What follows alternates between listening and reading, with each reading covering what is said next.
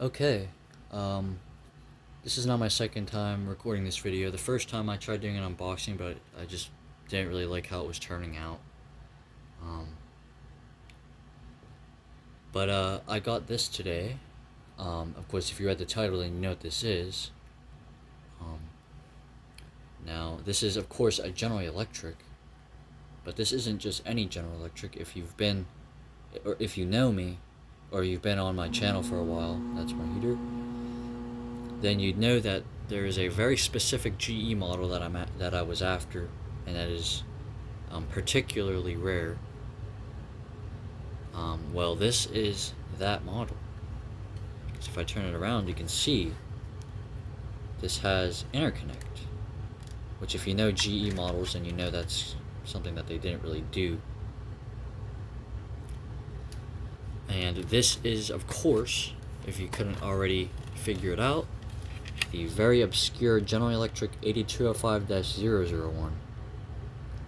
That is right, I finally got my hands on one. This was quite the purchase, I will say. It was very overpriced, but I really couldn't help myself.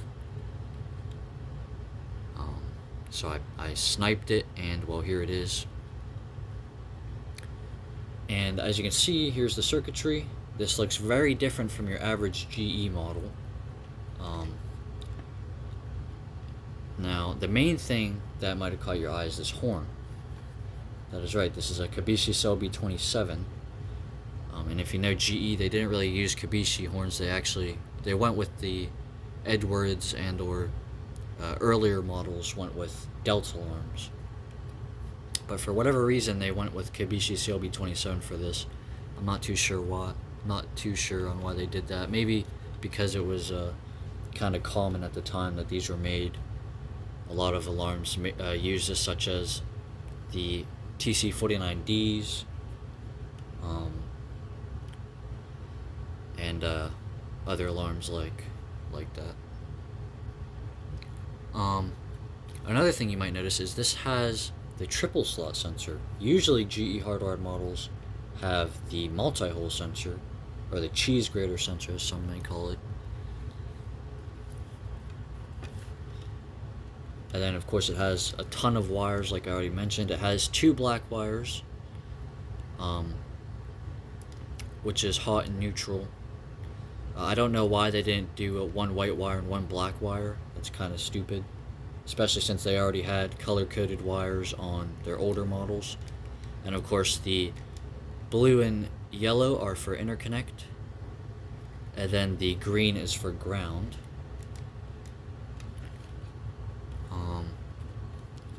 Another interesting thing that's on this is actually a cap here, which is for sensitivity adjustment, which is different. The earlier models did not have sensitivity adjustments, or at least not sensitivity adjustments like this. This one is actually the same as what's on the later 8021301 models, or 8201201s. They retained the same cover interlock system, which is nice.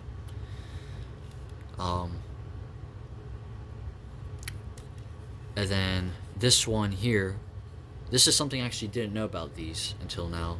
They made these as late as 1979. I thought they made them in 78, and I thought they were a 78 exclusive, but nope. Turns out they made them in 79. Not sure if they made them earlier. I'm pretty sure they did. I could have swore I saw one that was from 78. But yeah. And pause if you want to read any of this. This is the writing. This is basically identical to the 8202s, if I recall correctly. Of course, I will be showing this off in a little bit. And of course, if you haven't already been able to tell, this was used. And something that I find interesting about this is this little hole here. This, if you know the 8203s, then you'd know that the line cord comes out of a little hole kind of like that. Now, what I'm assuming is that they actually had a line cord version of this, because not only is that hole there, but there's also two little holes on the circuit board, which would fit perfectly for wiring. So I'm wondering if they had a line cord version. I'm assuming, as there is a missing model, model number, because it goes from 8203 directly to 8205. We've never known of an 8204, but I'm starting to believe that an 8204 would be a line cord version of this, which would make sense. Alright, so now I'm not going to test this right now, but I will throw a clip of it in. I already know what these sound like.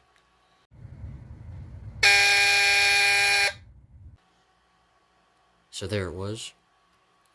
It's very unique and very strange, of course, because GEs don't usually sound like that. But anyhow, now I'm going to get into GE's history. GE's first model was this. This was their debut model. This is the General Electric 8201-001. These came out in 1975. This one specifically is a later model. This one is from 76. The earlier models would have had a delta alarm horn, and those are very rare. I've only seen, I think, 2 of those. So there that is. And these ones were very complex compared to their later models, which you'll see. And then at the same time as this model, I'll get this out of the way for now, they had this, which is the 8202-001. This is, of course, the hardwired one, the predecessor to the alarm that I'm showing off in this video. And these, this one's actually earlier. This is the Delta alarm. This one specifically is from 1975. And yeah, I'm still after one with the Edwards horn. That is a version I want. And then after that model, they had a pretty rare one. This is one of the rarest GEs you can get. This, the line cord 8203-001, which was a line cord version of that. And these actually came out a little bit after, about a year after these came out. They started making these, at least from what I'm aware of. And these, from what I know, only ever had Edwards horns. I don't believe that they were made early enough to use the Delta alarm, since they, from like what I said, from what I know, were only made from 76 to around 77. And this one particularly is from 1977.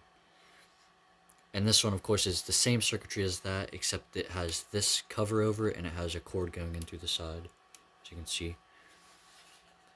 And there's that. Pause if you want to read. And then, of course, as far as we know, there is no 8204, although, like I said, they're probably, from what I'm guessing, they probably had a line cord version of this labeled as 8204. But for now, they went right over to this model here, which is, for now, the rarest GE model you can get. This is the 8205, of course, and this was a big upgrade from their older models. Of course, they changed the circuitry completely. They gave it a Kibishi, which was a first for GE. They gave it the triple slot, which actually might not have been the first use of this. Actually, no, this was the first use of this horn. I'm sensing chamber, I mean, from what I'm aware. And, of course, gave it a sensitivity adjustment. And the big thing was the interconnect capabilities. That was a big upgrade. And despite all those upgrades, this was still very, very unpopular. These did not sell well at all. You do not see these ever, really. These are pretty common, and these are not, as you can tell. Oh, and then they introduced the "Do Not Paint" label on when they switched to these, when they made these models. Sorry. And after this, they had an 8201-101, which actually, now that I think about it, was actually before these, because those ones used the cheese grater sensor, which, as you know, were on these three. So those would have most likely had to have come out before those, or at least they were experimenting with those, at the very least. Sorry. And then they had, that was very unsuccessful, the 8201-101. Although it was more successful than those. They came out with this 8201-201, which is also not very successful, although it was quite a bit more successful than the 8201-101. And you can see these every now and again on eBay, and even sometimes in houses, which is pretty cool. And this one specifically is from 1977. Yep. Which is actually earlier than that. So that is strange. A lot of plot holes that I'm discovering right now. And then after these, of course, they had the model that everyone knows and probably loves, the 821301, which was by far GE's. Actually, no, I'd say the 821401s were actually more popular, but this was their most popular square model by a long shot. And, as you can see, they went to 2 sensitivity adjustments instead of 1 for some reason. And it just got really cheap. Of course, this is literally the same circuit board as the 821201, except it doesn't have the battery flag, and it uses a 9-volt battery, which was revolutionary for GE at the time. And I have 2 of these, but I'll only be showing 1.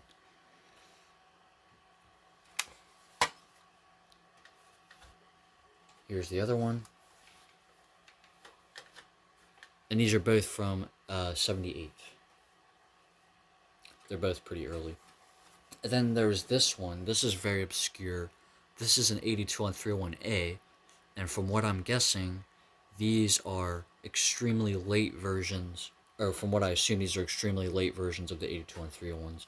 And these came in white boxes, strangely enough, with green text. Which was strange, because if you know GE, you know their boxes are usually pretty cool. And actually had pretty cool designs, but not the one that this came in. And this is from 79. Same year as that one. And it's identical. It's labeled 821301 as well, which is why I don't consider this to be rarer than the 8205. And then they had their 8201-401s, which were the direct successor to these. And these weren't sold very well, the 8201-401s. And these actually dated as early as 1979. This one specifically, this one is from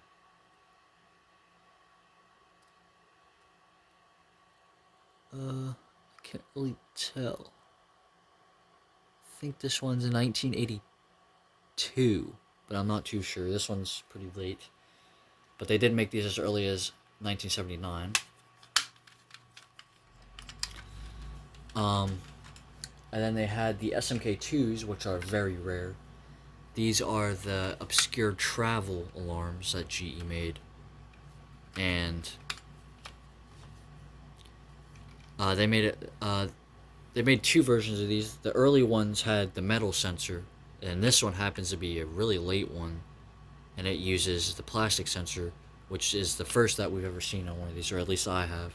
And this one is from 1982. Wow, I'm really discovering a lot of plot holes here. And there's the model. Possibly. And then they had their last models, which was the SMK. Oh, they also had an 821401C, which had a brown base. Some of them had brown bases, and then most of them had the white base. And then they had, of course, the SMK2, and then they had this, the SMK6/M1. And they also had an SMK6/M2, which was their last model. And this one specifically is from 1984. So very, very late.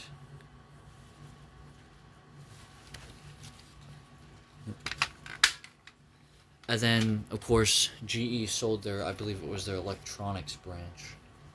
Or, I think, it was home appliance branch to Black & Decker. And Black & Decker released these. Well, actually, before these, they released 82 301s under the Black & Decker name, which were sold in Britain.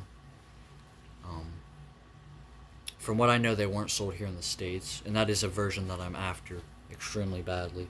Of course, I think I already mentioned it. It's my number 2 most wanted smoke alarm. But then they had these, the SMK6/M1s. This one's actually an M2.